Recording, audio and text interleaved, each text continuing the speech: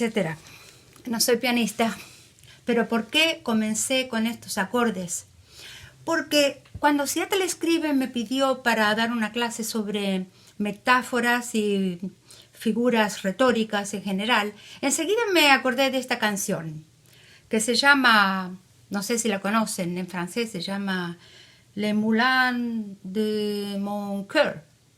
Excuse my French. Los molinos de mi pensamiento. Y nada más hermoso que pensar en los pensamientos como un molino, porque los pensamientos van dando vuelta dentro de la cabeza. Son molinos.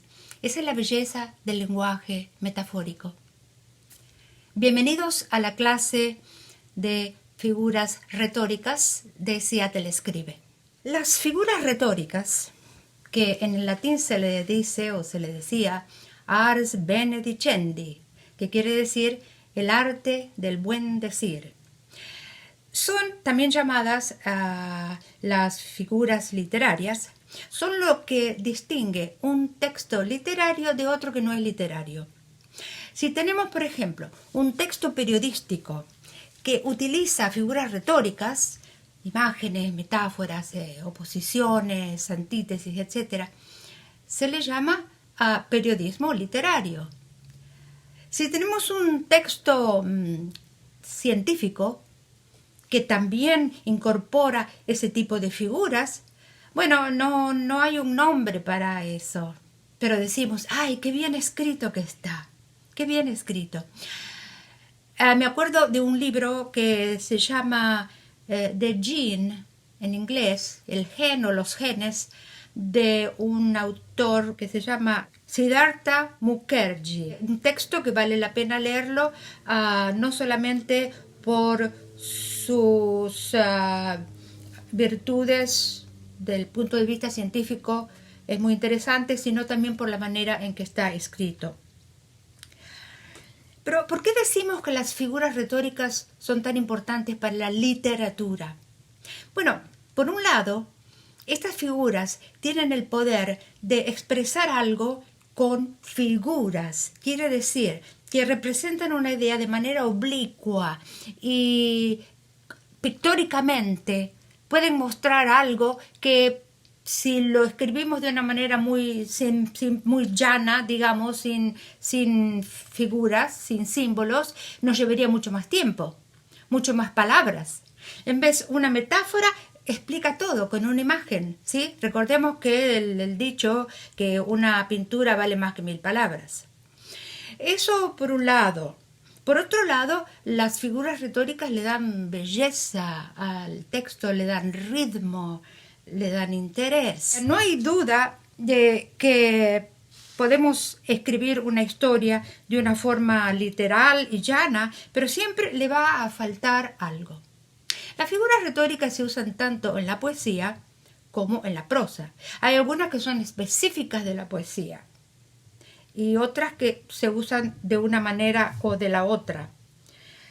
Pero para hacer justicia a lo que estoy diciendo, esta clase va a ser más que todo basada en ejemplos, para que ustedes puedan ver de qué se tratan estas figuras. También quiero recordar, como dijo en la clase pasada, que los nombres no importan. No importa si no saben qué es lo que es una anáfora o un paralelismo o una personificación.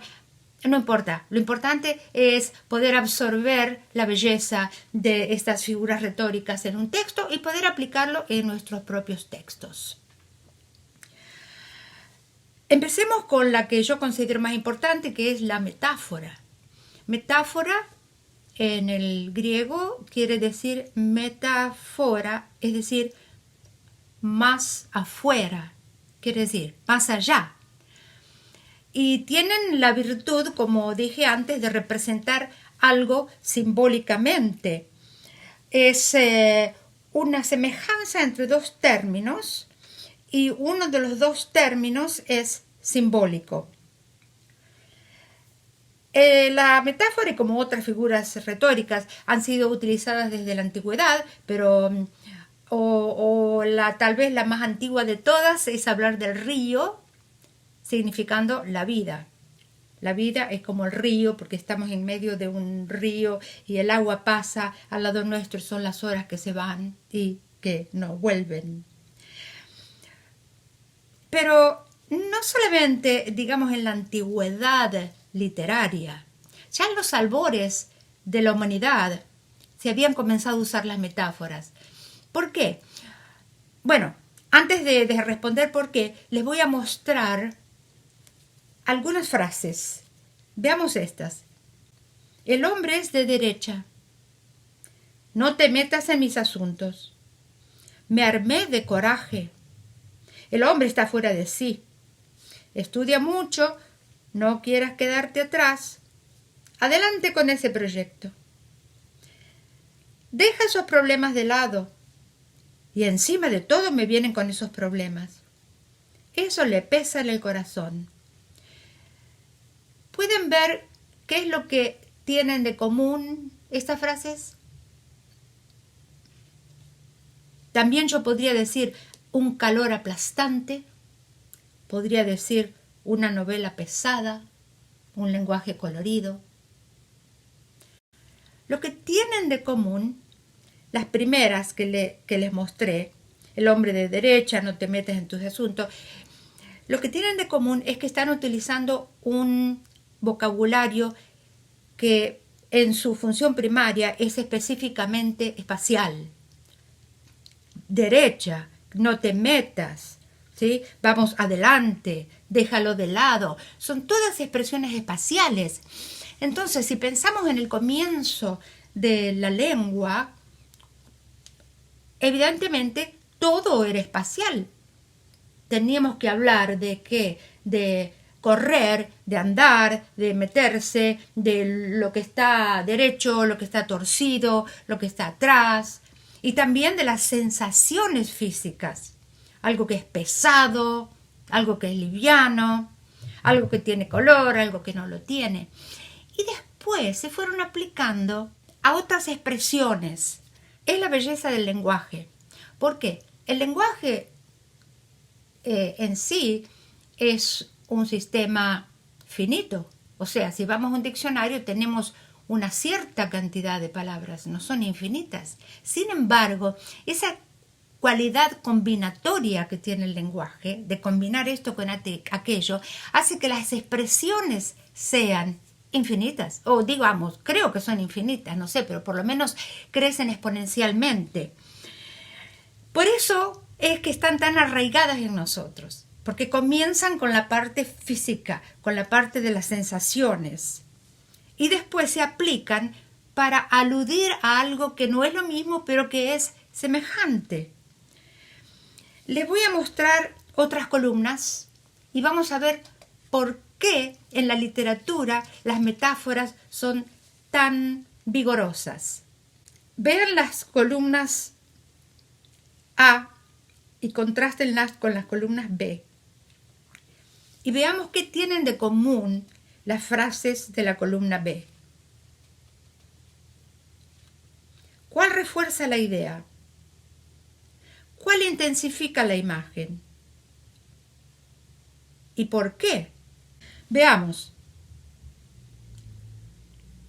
Todos los términos de la columna de la derecha son concretos, son tangibles.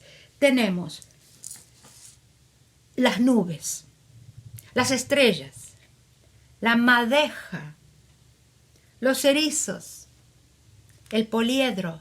Son todos objetos. Es lo mismo que decir los molinos del pensamiento. Son concretos, tan concretos que los podemos visualizar, los podemos dibujar, los podemos delinear. Eso es lo que hace una metáfora y eso es lo que distingue la metáfora de un vocabulario llano, sin simbolismos. Bueno, no siempre se va a sustituir una idea abstracta por una concreta, tipo metafórico. Pueden ser dos cosas concretas. Por ejemplo, en este poema que les voy a mostrar de José Martí, que pertenece a sus versos sencillos, vamos a verlo. Sé de un pintor atrevido que sale a pintar contento sobre la tela del viento y la espuma del olvido. Fíjense cómo puso la tela en el viento. Son dos cosas concretas, pero la tela es más concreta. Y después eligió la espuma para el olvido, que es precioso, porque el olvido es algo que se va como la espuma, como las pompas de jabón. Hay otras imágenes que son extremadamente emocionantes, y esa es una de las bellezas de la metáfora, ¿no? Que son poderosas, que despiertan la emoción. Les voy a recordar este poema de Sor Juana, que se llama Esta tarde, mi bien, cuando te hablaba. En la última línea, no sé si la recuerdan, es muy conocida, pero Sor Juana dice: mi corazón deshecho entre tus manos. No podía ser más fuerte, porque tú te estás imaginando unas manos de un amante que está deshaciendo su corazón porque ella lo ama y la otra o el otro no le corresponde. Y sentimos una puntada en el corazón deshecho entre tus manos. Bien, es posible también a la prosa utilizar dichos populares. Los dichos de por sí son metáforas. Y eso sí le da mucha fuerza al texto, porque viene de una manera media sorpresiva. Vamos a ver estos dos ejemplos. Al nopal solo se le arriman cuando tienen tunas. Es una verdad muy grande. El otro ejemplo de nuestro amigo Iván Fernando González, que escribió en su libro A Lotería de las Redondillas. Esta redondilla se refiere a la corona. Y fíjense, la última frase también, oro no compra nobleza, es un dicho que de por sí dice todo.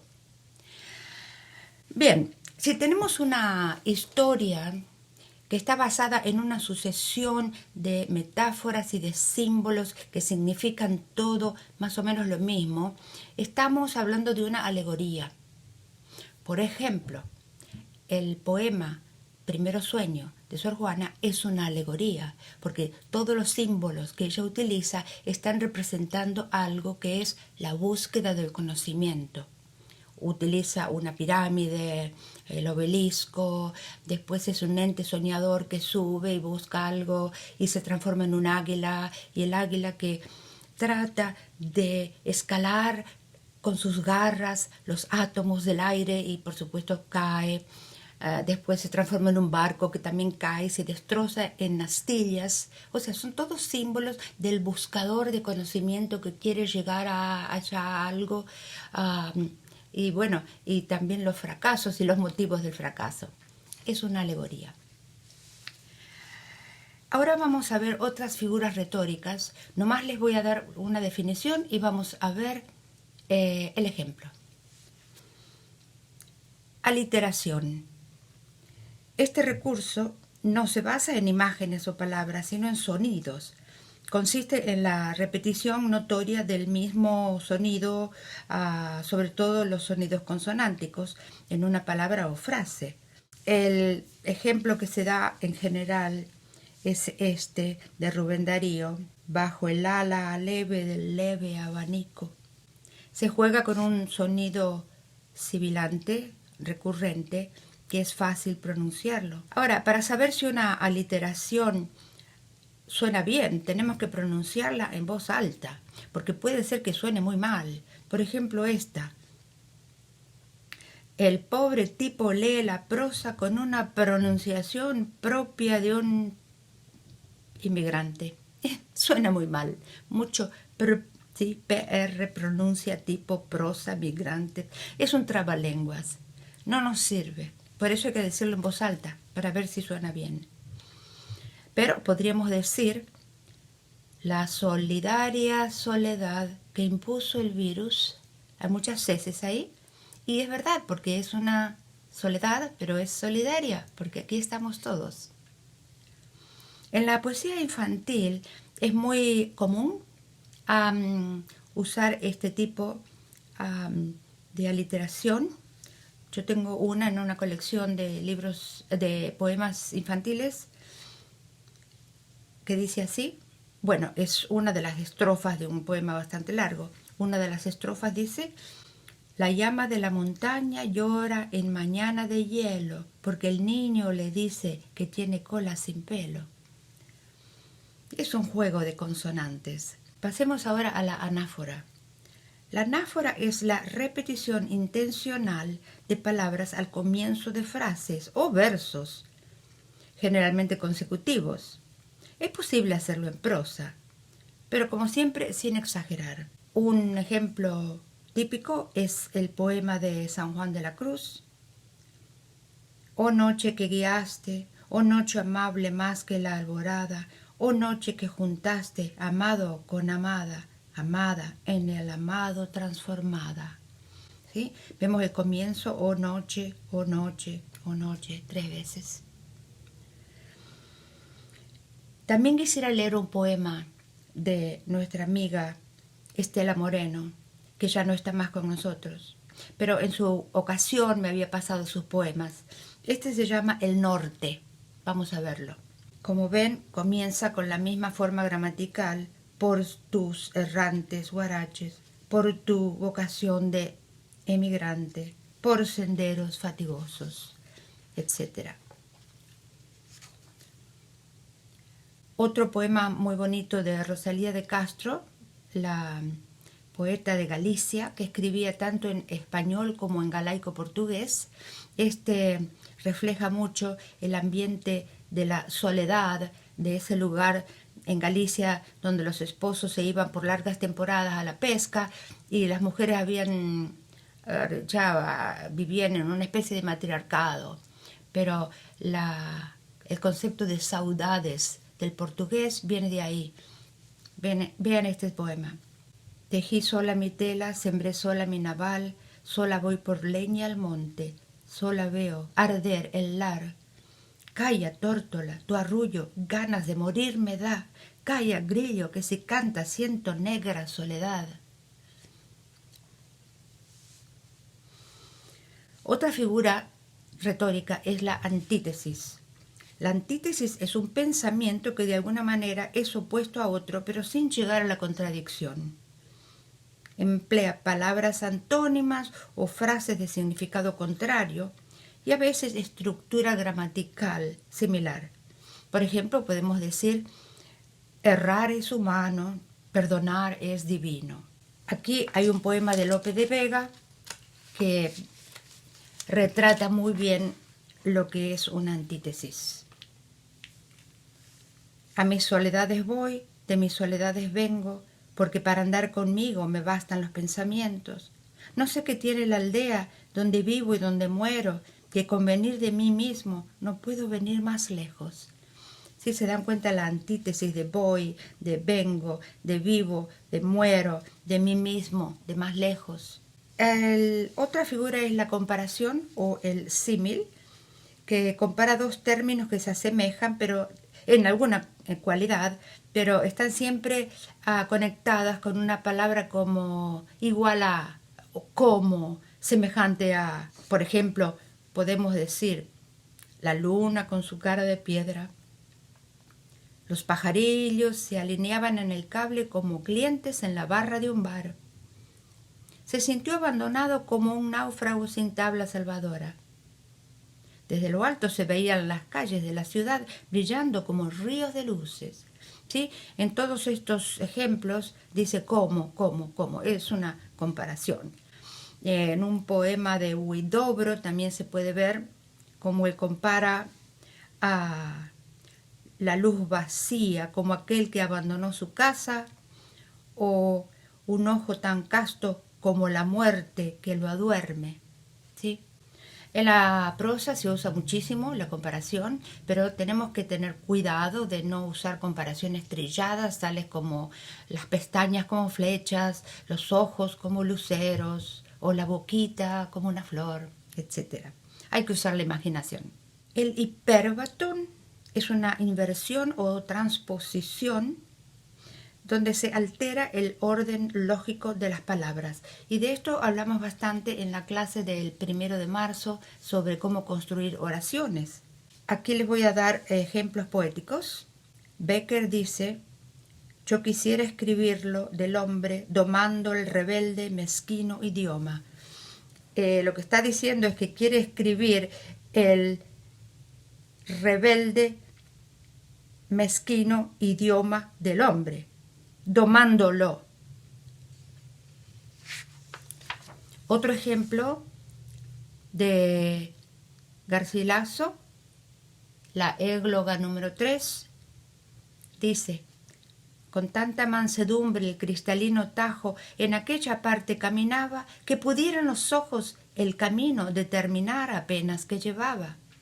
¿Qué está diciendo? Que el Tajo cristalino va tan manso, tan despacio en aquella parte del camino, que los ojos pueden, o no pueden, o apenas pueden determinar el camino que el río lleva, porque venía tan manso.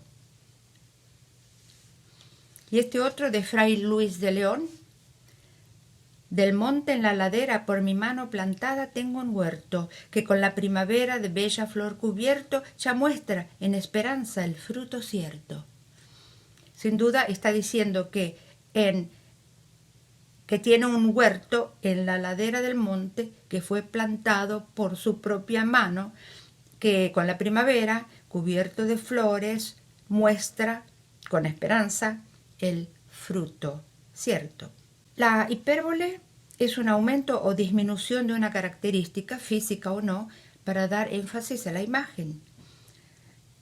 Se habla, lo usamos en la vida cotidiana, diciendo, por ejemplo, te lo dije 1000 veces, o me dejó aplastado como una lenteja, o como un mosquito, muy exagerado. Las exageraciones hacen algo muy inolvidable. Recuerdo una amiga que me decía que su esposo era un problema tras otro. En realidad era un pozo de problemas. Y yo me imaginé a la mujer mirando así hacia el fondo del pozo, esos insondables problemas del esposo que ya no podía resolver. Y siempre ha quedado conmigo esa imagen y no me olvido nunca de la mujer y su problema por causa de la imagen. Los poetas clásicos adoraban las hipérboles y vamos a mostrar aquí algunos ejemplos, no de poetas, de prosa, que pueden verlo. Hay un poeta clásico que decía acerca de la muerte de un amigo de él: me duele hasta el aliento. Bien, los opuestos tienen una función muy sugestiva. Y bueno, no necesitamos explicar, todos sabemos lo que son los opuestos y los usamos diariamente: la vida y la muerte, la noche y el día, la locura y la cordura, etc. Y digo que tienen una función porque podemos decir también algo así como: cuando hablaba era más lo que ocultaba que lo que expresaba. Con esos dos opuestos ya estamos diciendo que este sujeto no era muy transparente, no era muy de confiar. El oxímoro es una contradicción de adjetivos o adjetivos y sustantivos que en el contexto armonizan. Les dejo aquí con un poema de Fernando Pessoa que está traducido al español. En el portugués suena muy bien porque todo rima y tiene mucho ritmo. Ha sido un poco más difícil traducirlo al español, pero ustedes pueden ver los oxímoros que están incluidos en este poema. Paralelismo es la repetición de una misma estructura gramatical, pero con diferentes elementos. Por ejemplo, y la carne que tienta con sus frescos racimos, y la tumba que aguarda con sus fúnebres ramos, y no saber a dónde vamos ni de dónde venimos. El famoso poema de Rubén Darío, con ese paralelismo, ¿sí?, de las flores, las ramas y los ramos, los racimos, el amor y la muerte. Hay un soneto anónimo que ustedes deben conocer tal vez, o por lo menos los que se han criado en un ambiente cristiano. Dice: No me mueve, mi Dios, para quererte el cielo que me tienes prometido, ni me mueve el infierno tan temido para dejar por eso de ofenderte. Están viendo los paralelismos. Está diciendo que no ama a Dios por querer el paraíso, esperar el paraíso, ni por temor al infierno. No, su amor es un amor puro. La personificación es lo mismo que decir prosopopeya. Es muy común, bueno, en las fábulas, donde se le adjudica un rasgo humano a los animales, o en los cuentos maravillosos, las cosas hablan, por ejemplo.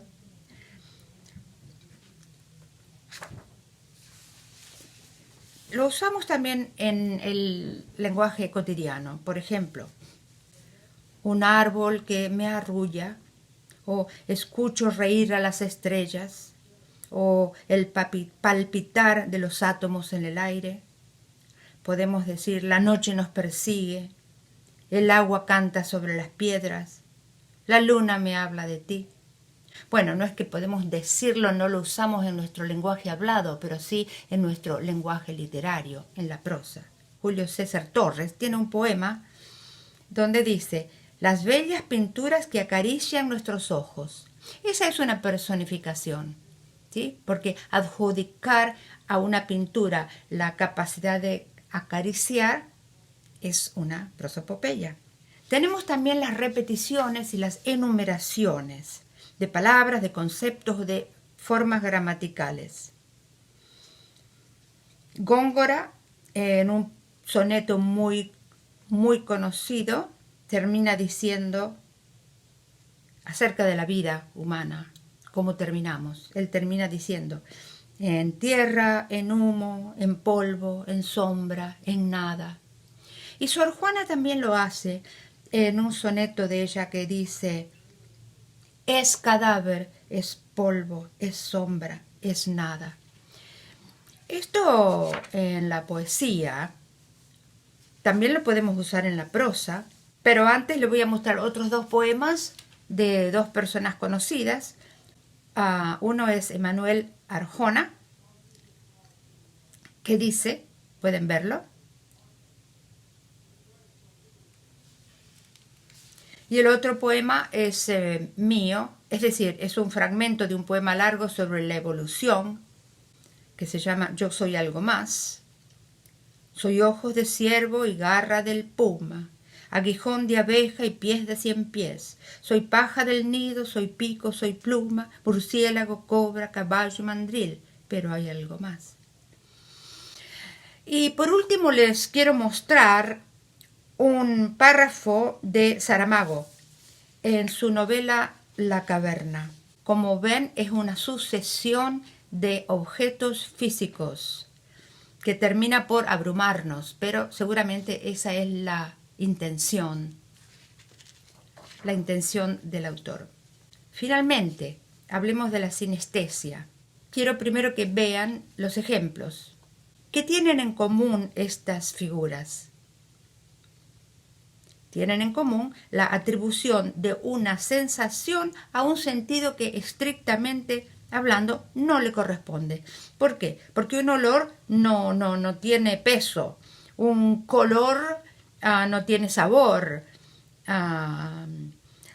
una suavidad tampoco tiene color, etc. La sinestesia es una condición mental real y a veces le acontece a los niños pequeños porque sus funciones mentales están a veces un poco confusas, pero después se van. Es posible sentirlo en algún momento, experimentarlo en la vida. Yo recuerdo una vez que estaba un poco subida de copas, digamos, y me hacía mucho calor.